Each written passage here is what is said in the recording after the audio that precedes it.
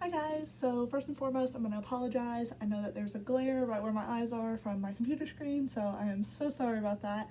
Okay, just to get into our discussion, how adult relationships are impacted by a child's upbringing. A child's upbringing is a huge indicator for how relationships will be developed in an adult life. As the video stated, when a child reacts positively and is praised positively, then they'll have positive relationships in the future. When a child reacts negatively and gets a negative reaction, negative feedback, then it creates low self-esteem, low self-worth, a bunch of anxiety, a bunch of other issues for adult relationships in the future. I do have a lot of experience with ACEs, as I was previously a preschool teacher for 2 years and now I work as a respite counselor.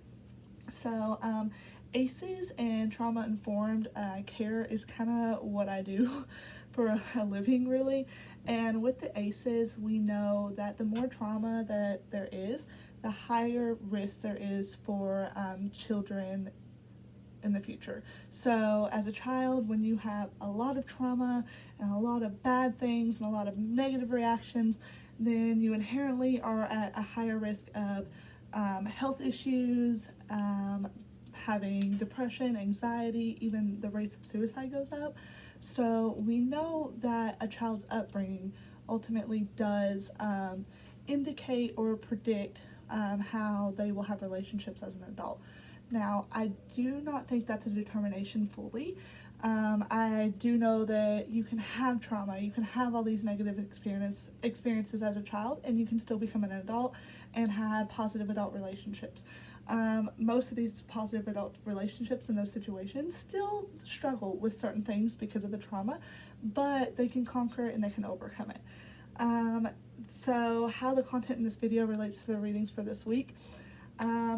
It refers back to ego psychology, which is people can adapt to their environments, and this capacity develops learning and psychosocial maturation.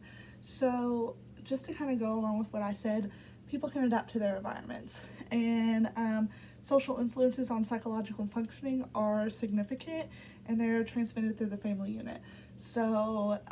As the video stated, how the family and the parents respond is how the child is going to take relationships in the future, which to an extent is very true. And then another thing that ego psychology says is that problems in social functioning can occur at any stage of development. So that's a little bit challenging in the sense of the video is stating it's very clear that if the parents respond this way, then a child's gonna be this outcome as an adult. But this shows that problems in social functioning can occur at any stage of development. So not necessarily just in childhood, even as a teenager, even as a young adult, these negative experiences and these negative social functioning things can impact how you see and view relationships and people. So that's something that was really cool that I connected between the readings from this week and the video that we watched. And then any criticisms of the video or content from this week. So like I said, one of my issues was that there was no recommendation for quote unquote gray area people. So in a sense, there's not accountability for the people that fall in between. And a lot of people do fall in between. Yes, there are the people that have bad and end up bad, or have good and end up good. But there are people that have a mix of both. And that video doesn't really go into that whatsoever. And then another criticism I have is at the end, it talks about not having pity for yourself, but feeling sorry for yourself. And we know that the victimization is a big thing, and feeling like a victim is only going to make you feel worse and make you it's essentially not going to help the client. We want them to become independent and have autonomy and know that despite their circumstances that they can overcome these things. So that was another thing it said. Sorry about that. It says that the legacy you will be carrying around all your life and accept it. And I'm like, no.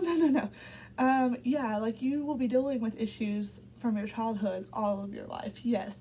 And you do need to accept those things, but I don't think that those issues define you, and I don't think that it's something that you can't overcome and conquer.